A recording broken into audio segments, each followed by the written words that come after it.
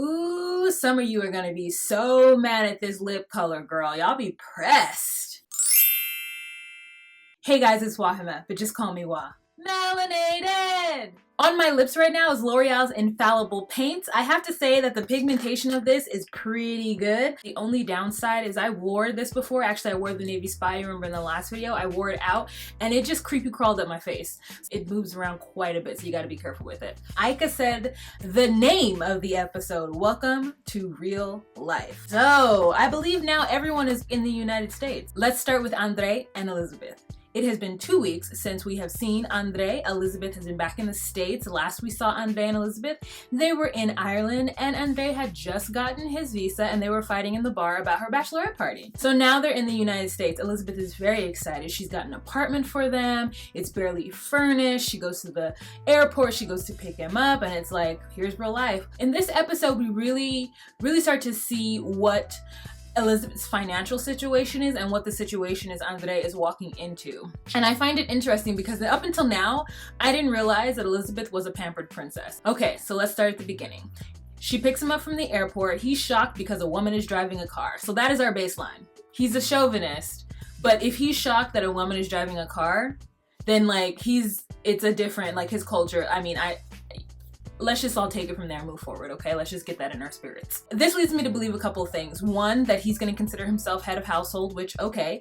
And two, he is full on planning on providing everything that she could require. If it's weird to you that a woman drives, I don't know, this is a different time. You know what I'm saying? It's a different time. They get back to the apartment. Andrei loves the apartment. It's big enough. He finds it very satisfactory. Maybe it's bigger than any apartment he's been in Dublin or in Moldova, but he loves it. He's like, great space. I'm gonna get a couch. He's already planning on putting things together. They realize that they have a bed, and girl, for the first time, I am like, okay, Andrei.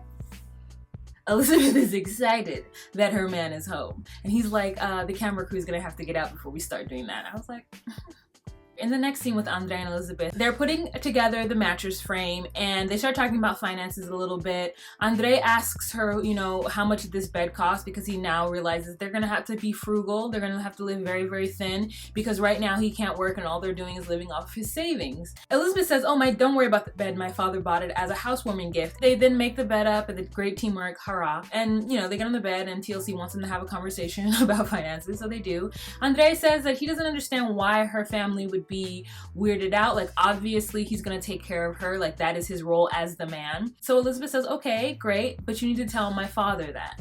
And Andrei's like, why do I have to tell your father that? Like, why is it not evident that I will do this? I'm gonna call her Libby or Elizabeth depending on what comes out of my mouth. Elizabeth says, you know, that she's independent and her family needs to respect the fact that she's independent. But then later on, when Andrei meets Elizabeth's dad and brother, Elizabeth's dad lets us know that Elizabeth only works part-time for him and he basically takes care of everything, that she doesn't make very much money. So if Elizabeth had her own apartment prior to Andrei coming there, it looks like her father was taking care of it.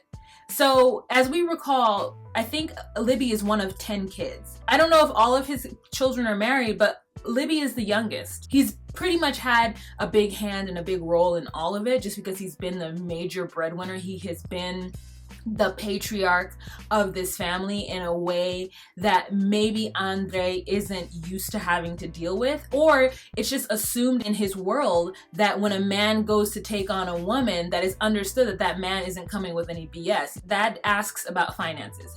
Right now he takes care of Libby and he wants to know if Andrei's going to be able to, and he's also worried that because Andrei can't work for the first 90 days that he's going to have to be taken care of Andrei and Libby now. Andrei's like, no, we'll be fine. I have my own money. And he's just like, what does that mean? And he's like, well, I have my own money. And when I get my green card so that I can work, I'm planning on becoming a truck driver. Apparently that's not okay with Libby's dad. He's a little bit like, oh, okay, that's your plan? And Andrei's like, yes, it's gonna work out.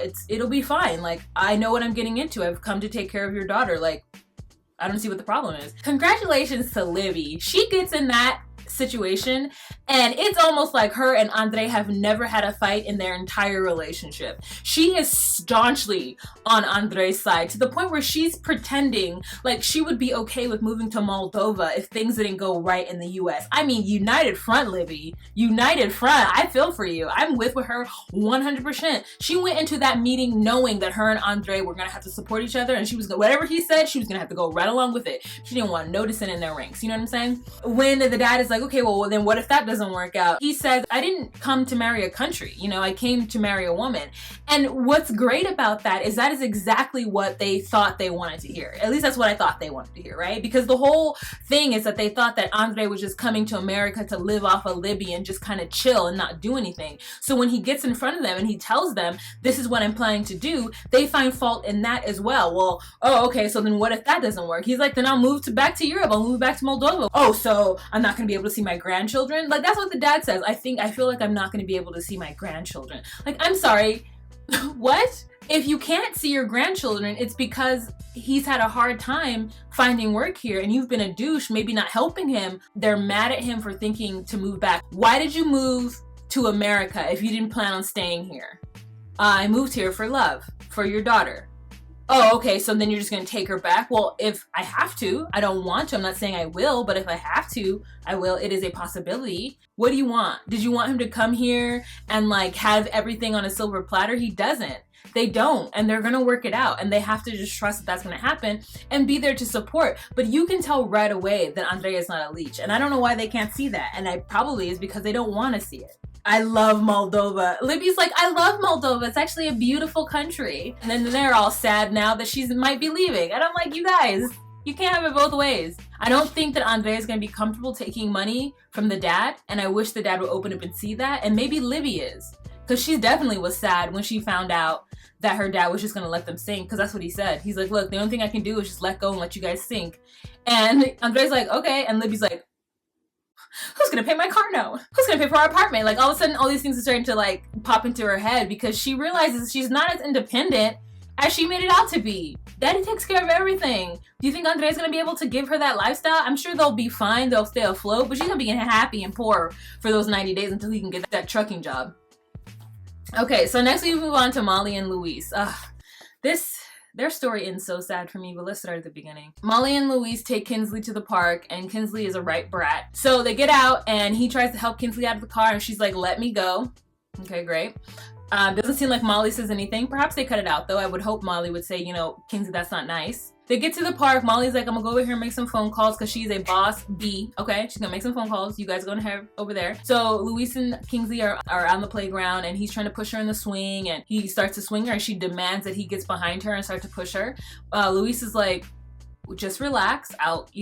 We're doing a thing right now. And she's like, no, get behind me. That's how you're supposed to push me. You're supposed to push me from behind me. I don't know how it is in your country, but you're supposed to get behind me and push me. And I'm just like, oh, that is just this your country business, or how different it is in your country. And I think he's just a no to all the back talk from Kinsley. Like, he doesn't need it. She's a little 6-year-old girl. I know he wants to pow her, and Kinsley needs a pow. And so she wants to get out, and he's like, You need my help? Oh, my help? You want to get out? What do you say? She's like, please. He's like, what? She's like, please. He's like, what? He's singing to her level, but at some point I think you need to sing to her level, because Molly has tried to sideline parent to Luis because Kingsley is crawling up things and looks like she might fall. She's not gonna break her bones. She'll be fine. You know what I'm saying? Like, let Kingsley, please. If Kinsley falls off of the thing and breaks her arm, then that is a lesson learned for Kinsley. That's what I say. They have a semi-serious conversation, Molly and Luis, about him helping her. About him coming to this country, having to babysit and help her with the kids, and he is not convinced. He says the words that he needs to say to end the conversation, but it's very clear that Luis isn't 100% on board with coming to the US and taking care of her daughters, of being a stepdad. He didn't think that it was going to be like this at all. He thought it was going to be easy, and it isn't easy. In the next scene, Molly takes Olivia to go get their nails done, and they have a really heartfelt conversation in which the nail lady is the one who facilitated all of the conversation and the magic. Like, let the nail lady give you advice. You know, she was telling Molly, this is how Olivia feels. She was telling Olivia, this is how Molly feels. Like, all they had to do was go to the nail shop and get some advice. Okay, I mean, Olivia cried, Molly cried, and I think that they're just starting to see each other's positions, and I still feel for Olivia more so than I think some of you might, because she is so right. Her mother met this man, and after 2 months moved him into their house and like made room for him and made space for him in a way that they were not prepared for. They were just not prepared for it. You know, like, she hates plantains, and I'm just like, you hate plantains, girl? Your mother did this all wrong. I feel some sort of way that Olivia hates plantains. I feel like I should make them for her so she could love them. You get what I'm saying? Like, it just hurts my spirit. After that, Molly and Olivia and Molly's mother go to pick out dresses, and the second dress that Molly comes out with is just so beautiful. I was just so happy for her. And she was thinking, they were talking about the veils and if her father was gonna walk her down the aisle, and she's like, I don't know if my father's gonna do it. And she asked her mother to do it, and her mother was like, getting all choked up, and she's like, yeah, girl, I'll walk you down the aisle. I love you. It makes me happy for them. And then we move to the next scene where Jesse takes Luis to the batting cages, and I think that Jesse has been just a really good friend to Luis. They go to play baseball, and Luis is talking about how, you know, in Dominican Republic, you know, we play baseball, you know, he's like ready. He's like, oh, gringo, di. And then he gets in the cage and can't hit nada. They're throwing the ball back and forth, and Luis is saying that he can't stay in the US anymore, that he can't stay in Georgia, that he's really lonely and upset, and it's not a good situation, and the girls don't like him, and that he needs to have a talk with Molly because he wants to move back to the Dominican Republic and Molly needs to come with him, which is such a crazy thought. Like, where is Luis? Why doesn't Luis understand that Molly is a boss bee and she can't just pick up her life and move to the Dominican Republic and then do what? He just doesn't want to do it anymore. He wants those kids to go away, and he's realizing that this is not going to work, that they're just going to have to be like part-time lovers, you know what I'm saying?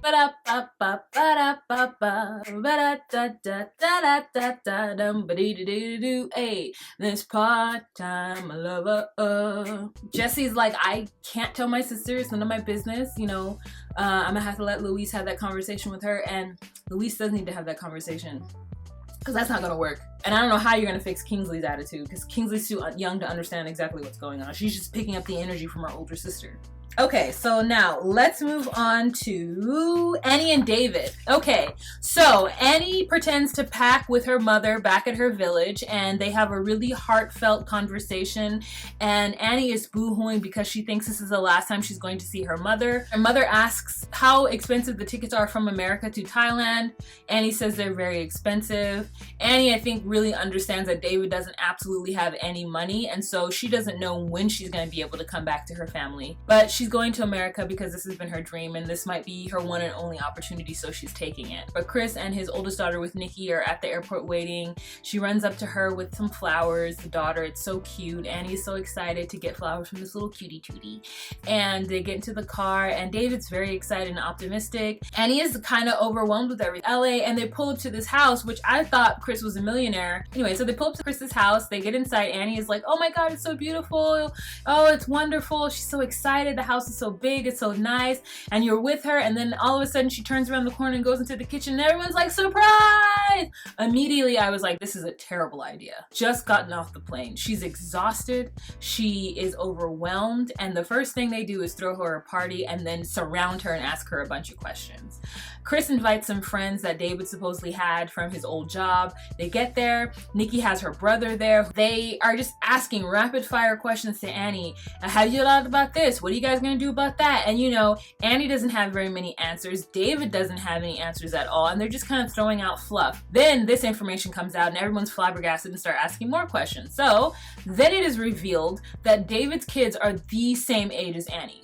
David has one son or one child that's younger than Annie, and then two kids that are older than Annie, but only like by a couple years. And then they go, you know, well, how do they feel about the wedding? And it was revealed that David still hasn't told them. And David still is making excuses for why he hasn't told his kids, as though like, oh, his style isn't to tell them over Skype. No, your style is a coward, and you didn't want to tell them because you didn't want to have to deal with the drama. I think David's really good at compartmentalizing, and he wanted to have his happy time in Thailand and in that, and then come here and have everything fall on him in the United States and just hope for the best. So I think Annie is in for a very, very rocky road. She even said that she's worried because her and David both came back to the States with nothing, with just what they have in their suitcases, and that's it. David's worried that Annie is going to look at Chris's house and expect that that's what all American living is like, when he knows that he doesn't have that. I don't even think he has a house back in Kentucky. He has no plans, and he just wants her to trust him blindly, and I think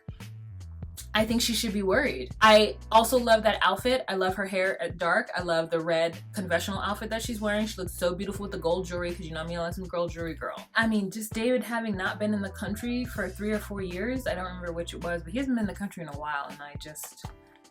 Whew. All right, so now we're moving on to Azan and Nicole, as he calls her. Girl, you know I'm tired of them. I'm so tired of these two. Azan tries to get Nicole to work out, and they go to the gym, and I actually think Nicole does a pretty good job at the gym for her first time ever working out. He has her go into like a squat for 15 seconds, and it looks like she's giving birth. I do not like Azan calling her lazy. Nicole is lazy, but she's not overweight because she's lazy. I don't think the consequence of her laziness is her being overweight. I think her being overweight is her eating habits. I really want Azan to just say that it's a deal breaker, that he doesn't want to be with a woman who is as big as her, and she's gonna have to lose weight because he doesn't want to come to the United States and be with her if she's gonna be overweight. I think that's what he just needs to say, because she's not going to lose that weight. We all know that losing weight is difficult, and it's more difficult for some people than it is others. And you have to get yourself into a certain mindset in order to lose weight like that. Nicole is only 22 years old, and she is at the weight that she is, meaning that this has been an issue for her since she was young. This is not an older person who gained weight after they had their first kid. This is a person who's been big since they were small. So it's a metabolism thing, it's a body thing. She's gonna have to change the way she thinks in order to lose weight. And I understand that he just wants her to be healthy and active, but calling her lazy and forcing her to work out without working on whatever is happening to her mentally is not the answer. And she also eats terribly. He's not going to be able to come to these States and fix that. Junk food is a very serious addiction. You can't. They manufacture foods to taste a certain way so that it sends dopamine to your brain the way a drug does. Azan just saying these negative things about her weight is not going to help her. He has no idea. And so she's never going to be the weight that he feels that she should be.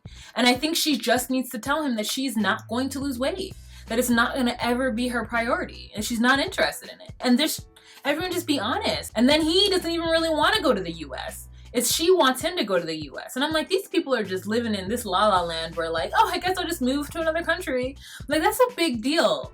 She definitely can't move to Morocco, and he shouldn't move to the United States. He's very young. If he wants to get to the United States, he needs to dump Nicole and find another American girl. I'm getting really tired of them. Because he's complaining that she's sleeping till 3 a.m. or she's sleeping till 3 p.m. because of May.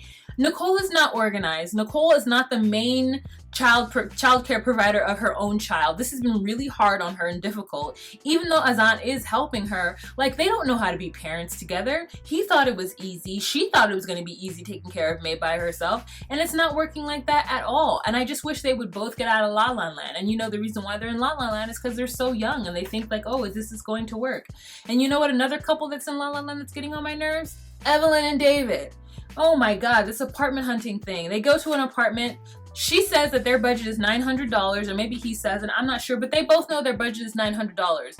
They get into this apartment that's $1,200. It's cute. And he's talking about how old-fashioned it is. Yeah, because they're in New Hampshire, in Claremont, New Hampshire. She's in love with it. He's like, A, it's too much money. It isn't what he wants. Like, he wants stainless steel counters. He wants stainless steel refrigerator. It's like these two he's a city guy who's with a country girl. The country girl doesn't want to leave the country. She thinks where she lives and what she's doing is perfectly fine. And he's like, look, yeah, it is fine. But if you marry me, we have to go modern. And I want to be somewhere else where there's more people, the weather isn't as harsh, and it's more modern.